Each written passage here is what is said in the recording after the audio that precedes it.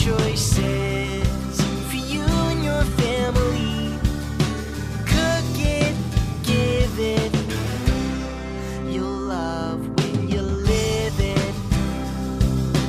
L-I-V-E, live it.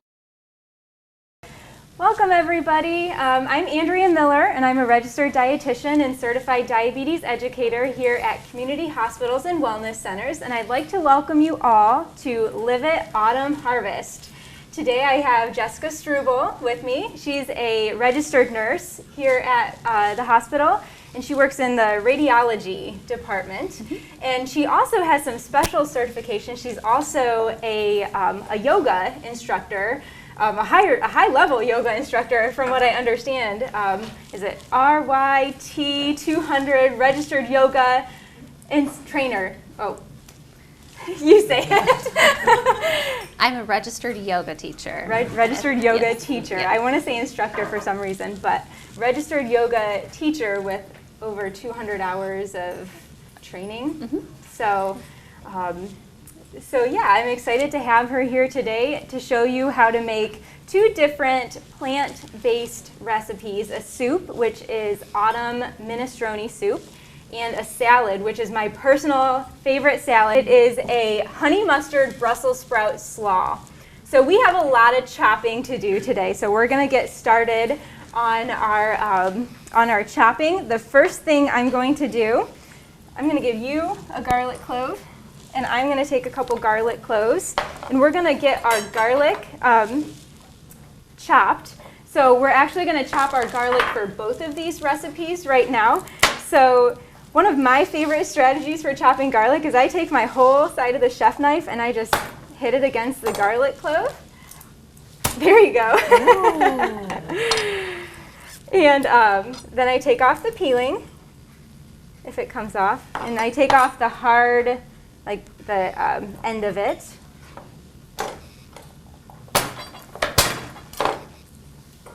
So the reason why I always chop my garlic first in a recipe, there's a phytonutrient called allium in garlic, and it develops and becomes stronger as it's exposed to oxygen. So I always start my garlic first so that it has time to develop that phytonutrient. So I'm just going to give it a quick chop, and then I'm going to set it aside. So the three that I have are going to go in the soup, and then the one that Jessica is chopping, I'm going to have her put in a bowl on the far end for our slaw. So we're doing a homemade honey mustard vinaigrette for the slaw, and it has a little bit of garlic to flavor it. Is this good? That's perfect. Looks great. She's doing a great job already. So from my experience watching MasterChef, Yeah. I thought you never put raw garlic in anything. Okay. Well, and it can be a potent flavor if you're not used to garlic especially. But it's, yeah, you can, and it actually some of the health benefits can stay if you don't cook it. So, but that's why there's only one garlic clove there and not a whole bunch of garlic cloves, because it can be a very strong flavor.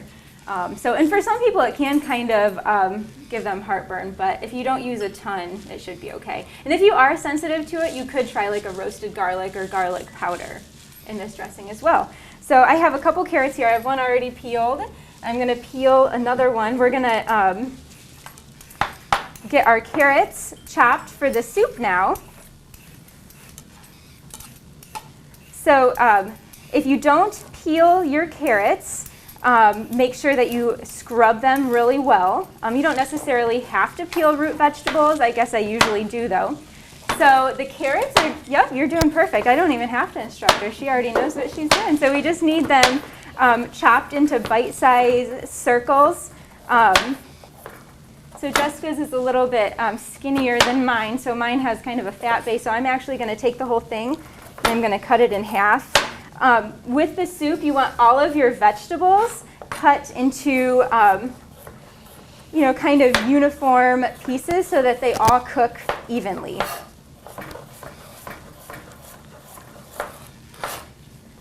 So sometimes it's a good idea to get some of the prep work out of the way when you're doing soups and things like that, so that you don't have some of the ingredients starting to burn while you're cooking them. So the carrots and onions are the first ingredients that are going to go in the soup. And so I'm going to turn on our pan right now, or our stock pot. So you need a pretty big stock pot. And I'm going to drizzle about a tablespoon of olive oil. So some healthy monounsaturated fats in there to cook the onion and the carrots. And I'm going to go ahead and I'm going to throw my carrots in.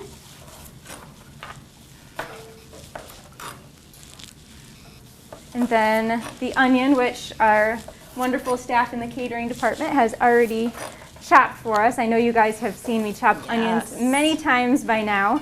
And like I said, we have a lot of chopping to do in this recipe, so I'll show you how to do some things that maybe you haven't chopped before. So I'm going to come over here and steal your carrots.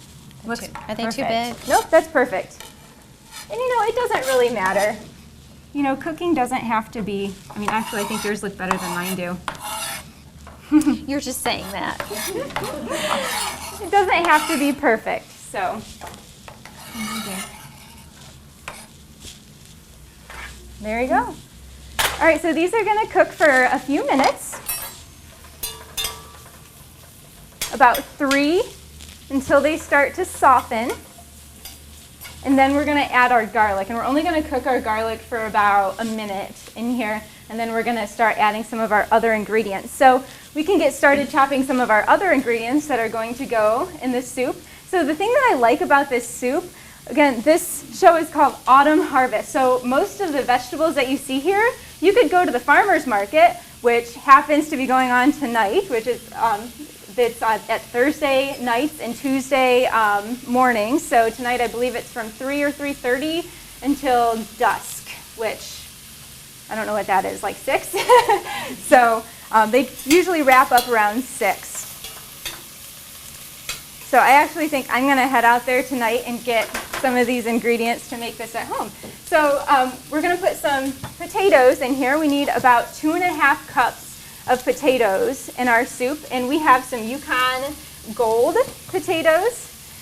So we just need to dice these up into kind of small dice. A trick that I do is I like to cut a flat surface, and then I put it down and then use it to make slices into my potato. And then I kind of make like matchsticks like that with all of the slices.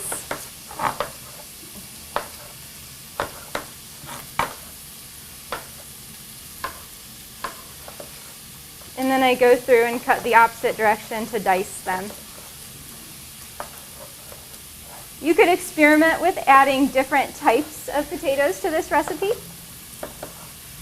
I probably would not do sweet potatoes in this recipe because we're also going to use a butternut squash, so the flavors, I think it'd be a little too much of the sweet, unless you really like sweet, and then add the, you could add sweet potatoes if you wanted.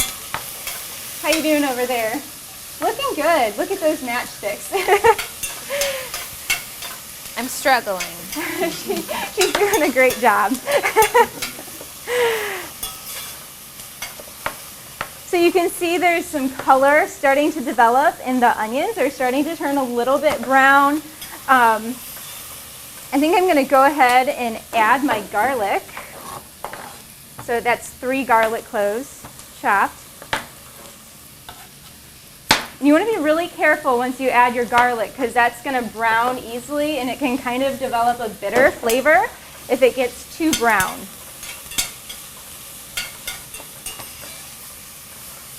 So usually when you start to smell the garlic, it becomes very aromatic.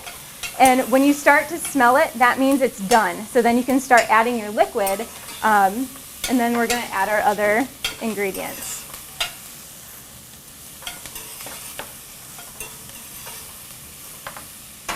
So it's about a minute after you add the garlic that you add the stock and the tomatoes. So I'm starting to smell it, so I'm going to go ahead and add our vegetable stock. So to control the sodium, it's probably better if you can find like a low sodium vegetable stock to add. So again, this is 6 cups of vegetable stock.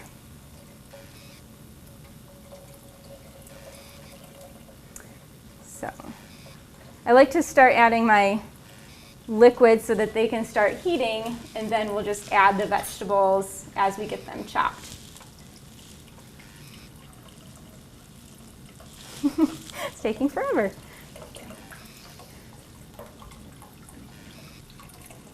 All 6 cups. And of course, if you like a thicker soup, you can add less stock, and if you like a thinner soup, you can add more. Okay, and then I also added 1 can of just plain old diced tomatoes. And if you can, try to find the no salt added variety, again, so that you can control how much salt is in your recipe. Okay, so that's going to start heating. And now we're going to start measuring out our potatoes. So it looks like you have a lot over there. We can put those in. So again, you need about 2.5 cups chopped.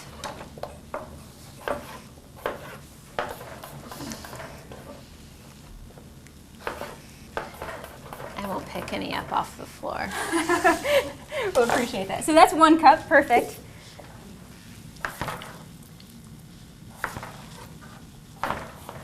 So she did 2 potatoes over there, so I am going to assume that this is about a cup as well. And then I'll quickly chop 1 more potato to go in here too. Potatoes kind of get a bad reputation as a vegetable. Obviously, there are some healthier ways to cook potatoes than others. I would say that this would be a healthier way because it's not fried. Potatoes do have some good nutrients in them. They're loaded with vitamin C and potassium, so they're not all bad for you. Yes, they are a little bit starchy, but we're adding it with lots of other vegetables too, so this would be a healthy way to eat them. Okay, so we have about 2.5 cups of potatoes, and now we're going to do our butternut squash. A lot of people are really intimidated by this. Have you ever cut a butternut squash before? Mm-hmm. So we're actually going to peel it too. It is butternut squash season, and I know I have spent an entire episode of Live It before talking to you about squash. Squash happens to be my favorite food, so I'll spare you all of the details, but it is a great source of vitamin A, and it's really sweet. We're going to use, again, about 2.5 cups. Mm-hmm. So I'm going to peel it. So just have a normal vegetable peeler, and I'm going to go ahead and just kind of go around the long neck of the squash and start peeling it. But while I'm doing this, I thought we could talk a little bit about yoga. So you're the expert on yoga. I would love to love yoga. It is time consuming though. In your opinion, what are the benefits of yoga? I think the best thing about yoga is you don't have to be physically fit to start doing it. Okay. It meets you where you are. If you can move and breathe, you can start doing yoga. Okay. That's awesome. What are some of the health benefits as far as like, I know one of the questions I get a lot about yoga is it a workout? What would you say? I mean, I know there are different types of yoga. There are gentle yoga classes that would focus just on stretching, and then they also have power, more fast movement and cardio with core. So there's a wide variety. You can find any kind of a yoga class that you might be looking for. So if you're looking for more of a workout, like more of a power yoga, would be a good option, and more like stressing and relaxation, a gentle type of yoga? I always say that stretching is strengthening. That's true. Too. And when you do a full yoga class, you're using muscles that you typically don't use in your day-to-day. Yeah. So I always find that it's so valuable, and it's so good for our balance, especially as we age. We tend to lose our ability to balance. Right. And yoga helps keep that intact. Right. How about stress reduction? I always notice that people that do yoga they're very zen. They're just so calm. They have like a calming spirit about them, which you do. Like, you totally fit that description. You know, you're just such a calming presence. I feel very calm chatting. I'm a little nervous, but there's a lot more to yoga than just the poses that you learn in a class. There are 8 limbs to yoga, and one of the limbs is called pranayama, which is the breath that you can often benefit from learning. Right. How to breathe and be aware of when you feel you're getting anxious. You can use your breath to relax. Okay. So you must be really good at doing that. Well, you know, we all have our moments, but it's good information to have. Right.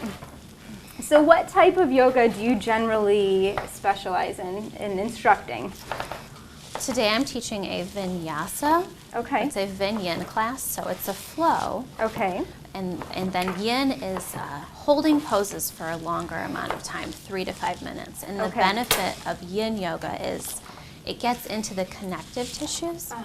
So you're not just working the muscle, you're getting deeper stretches. Okay. So what would you recommend? And that's more challenging sometimes. Sure. Being still Absolutely. can be one of the most challenging things that we have to do. Absolutely. That takes a lot of muscle That would be strength. really hard for you.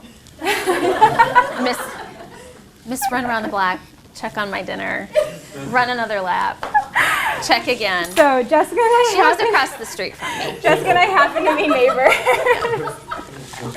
And I was telling her before we got started that I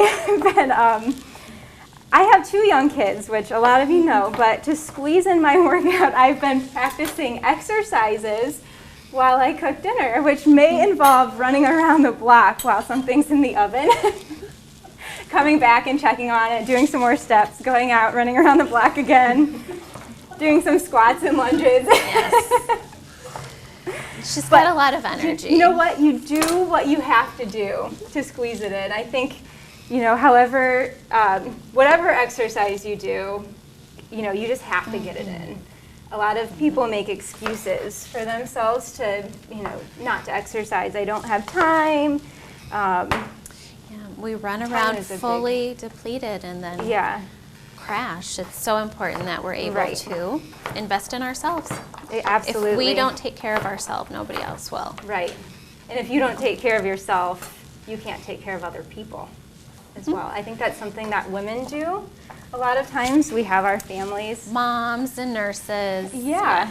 We like to take care of other people, but I think your own self is the most important person to take care of before anybody else. So eating healthy and exercising are so important for our well-being. All right, so we have our squash, which I diced, and our potatoes. Now we need our zucchini. I'll cut this. I'm going to cut it in half. We're going to cut it in half moons. So I'll take one half, and you can take the other. And we'll just slice it into half moons, kind of thin-ish slices. Zucchini will cook a little bit faster than some of the other vegetables, so they can be a little bit bigger. Although some of these half moons look a little bit larger, so than a bite-sized piece, but oh well.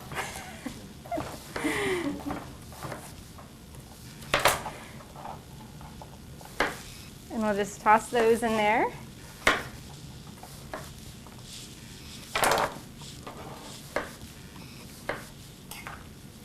Something that I love about soup is you can throw so much into one pot, and you know, you get pretty much everything you need in that one food. It makes great leftovers, and it also freezes really well. So I work with a lot of, you know, people that are cooking for 1 or 2 people. Maybe they had been cooking for a family, and now it's just, you know, they're on their own, or it's just them and their husband, and they struggle with cooking because they're like, I don't want to spend the time to make something and then, you know, have it all go to waste, or be eating it for a week straight, well, this is a great recipe that you could, freeze it in either individual or a couple portion servings and take it out as you need it. So you cook once and eat lots and lots of different times. So I think that's all of our vegetables for this recipe. We're going to add, I guess, some kale and some beans and pasta, but we're going to wait a little bit until the vegetables start to get a little bit tender, especially with the pasta.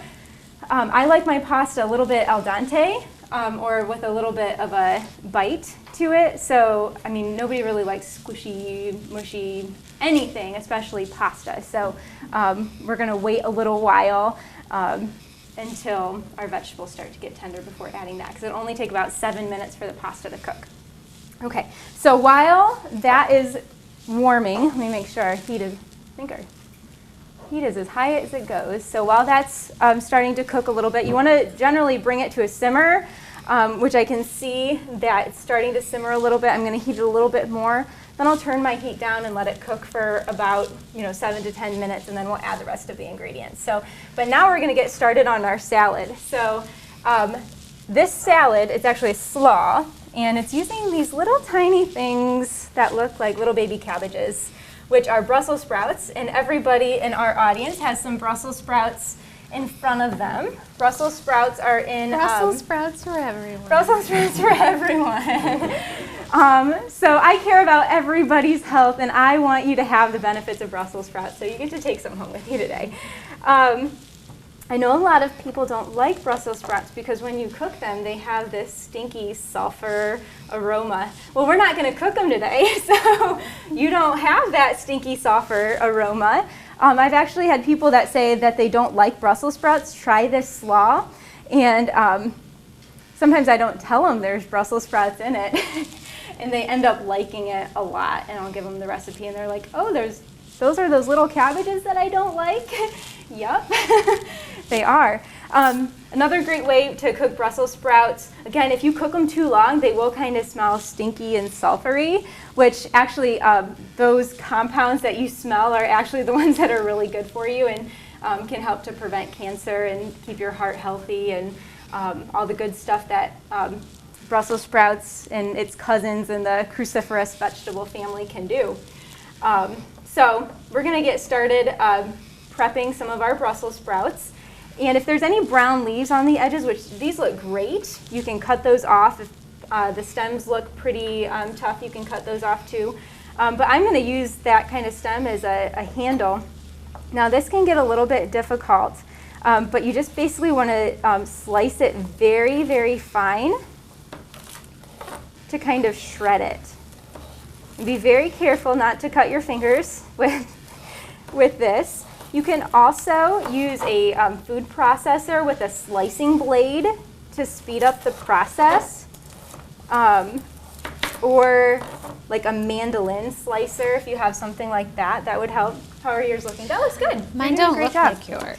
So one strategy for chopping, if you put the tip of your knife into the cutting board and then just kind of rock it backwards. It just helps to guide the knife a little bit more. Having that anchor on the cutting board really makes it go smoothly. So, and if you don't get them quite as fine as you need to, you can always like go back through and give them a little chop. And then I just take the kind of tough end and put it off to the side. So you need a pound of Brussels sprouts for this slaw. So as you can see, we have 2 people chopping, and I've done 2. Jessica's done 1 or 2. It can take some time to chop that, and I know you guys don't want to sit here and watch me chop a pound, so I'm going to do the thing where I snap my fingers. Television magic. We have some Brussels sprouts already shredded for us. So Jessica, I'm going to have you get the big bowl, and we're going to put some of ours in here. And then some that are shredded. And if you want to throw yours in there too, you worked so hard on those. No, I want to use your pretty slices. Is that one? Oh, so yeah, and sometimes you'll come across that where one looks a little bit buggy, and just Set them aside. They're plants, you know? And actually, sometimes I think it's a good sign if you find a buggy little Brussels sprout, because maybe that means that they didn't spray anything to kill those little buggies. So that's not in you. Okay, so now we're going to add our other ingredients to our salad. We need 1/3 cup each of a dried fruit, which I would recommend cranberries or dried cherries. So yeah, you can dump those all in there. And then 1/3 cup of nuts, which we have sliced almonds, which you can experiment with different nuts. And then 1/3 cup of Parmesan, which I'm going to have you measure this one out, because I think that looks like a little more than, what, 1/3 cup?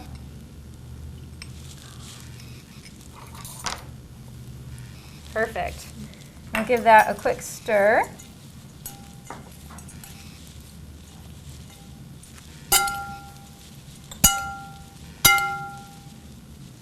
Okay, and now we have to make our dressing. I'm going to check on our soup first and see if our vegetables are starting to get tender. I think they could use a little bit longer though.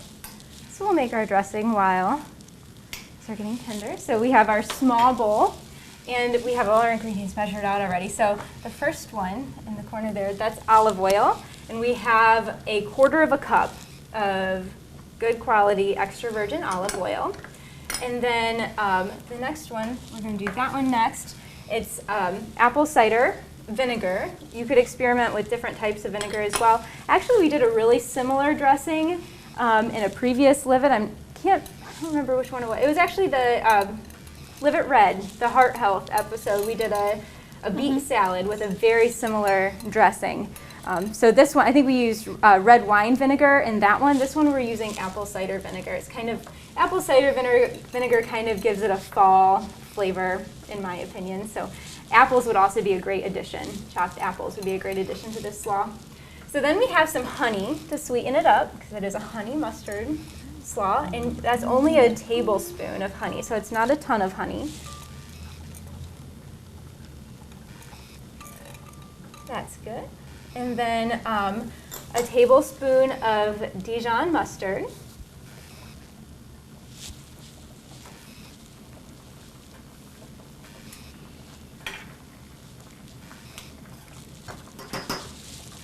Perfect. And then I'll have you add the pepper over there. Why not add the salt too? That's fine. there's just a little bit of salt in there. Looks like a sea salt. And then just whisk that together. See, she pretty much did this all by herself. I didn't even help her, so. I love this dressing. I put it on almost anything. So, yeah, that looks great. Let's see, there's, Dump? Yep, go ahead and dump it. Oh, I already have a spoon in there. I was looking for that spoon. And then I'll let you just stir that together.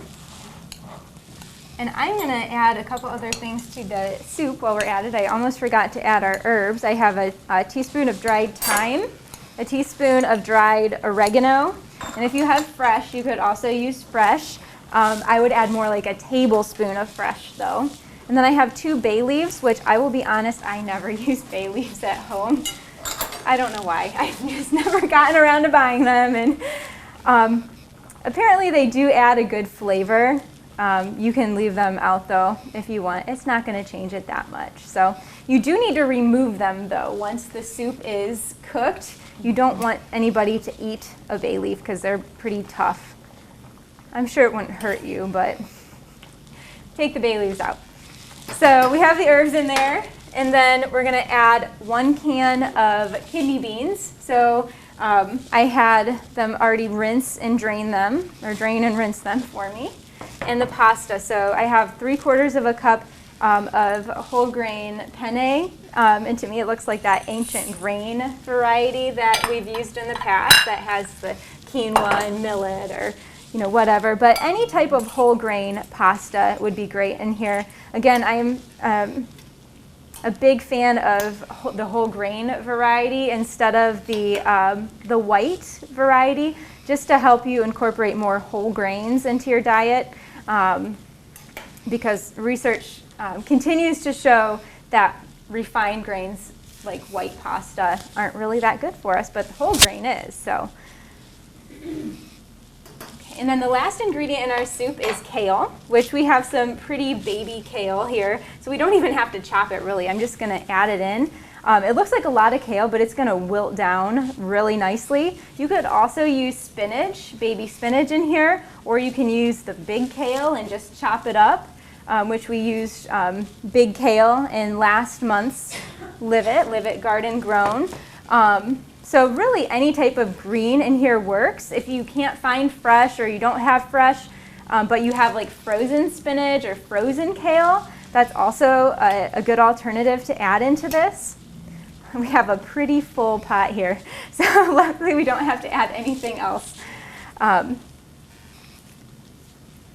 So everything is in our soup now. We just have to let it simmer. That is eating the rainbow. That is eating the rainbow, yeah.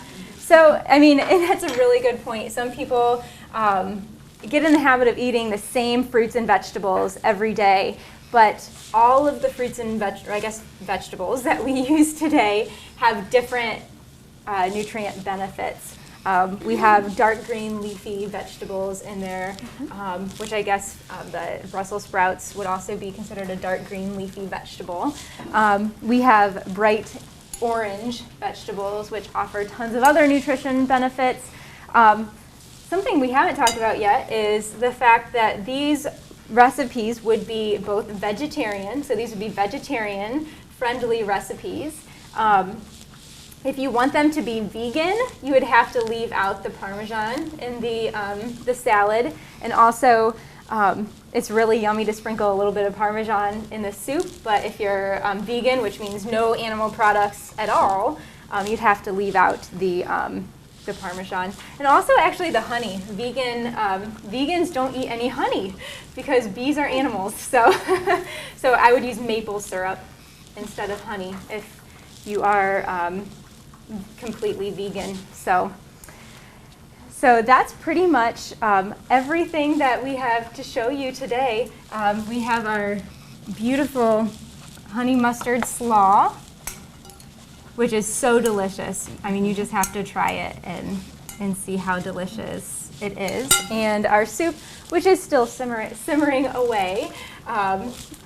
You know, definitely a really healthy, balanced meal that freezes well. The salad is great to take to family gatherings, and I guarantee everybody's going to love it. So thank you so much, Jessica, for joining me today, and thank you for having me. Our audience for coming to watch, and our viewers at home for watching as well.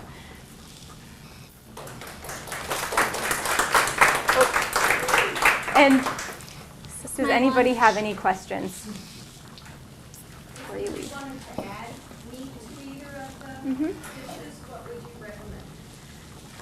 With the slaw, I probably wouldn't add a meat to the slaw. I would serve it on the side. I think bacon. Bacon goes with anything. Actually, our caterer said that she was going to make it and add bacon. So, the soup. I don't know, maybe a little bit of chicken in it. Sausage would probably also be really good in there as well, like a smoked sausage. But I generally try to limit processed meats, but chicken would probably be okay. But I like the vegetarian style best. So it's a great way to incorporate more veggies into your diet, and a good meatless Monday. So that's kind of a big trend in nutrition to do like even if you're not a complete vegetarian, it doesn't mean that some of your meals can't be vegetarian. So yeah. Any other questions? All right. Thanks for coming, everyone.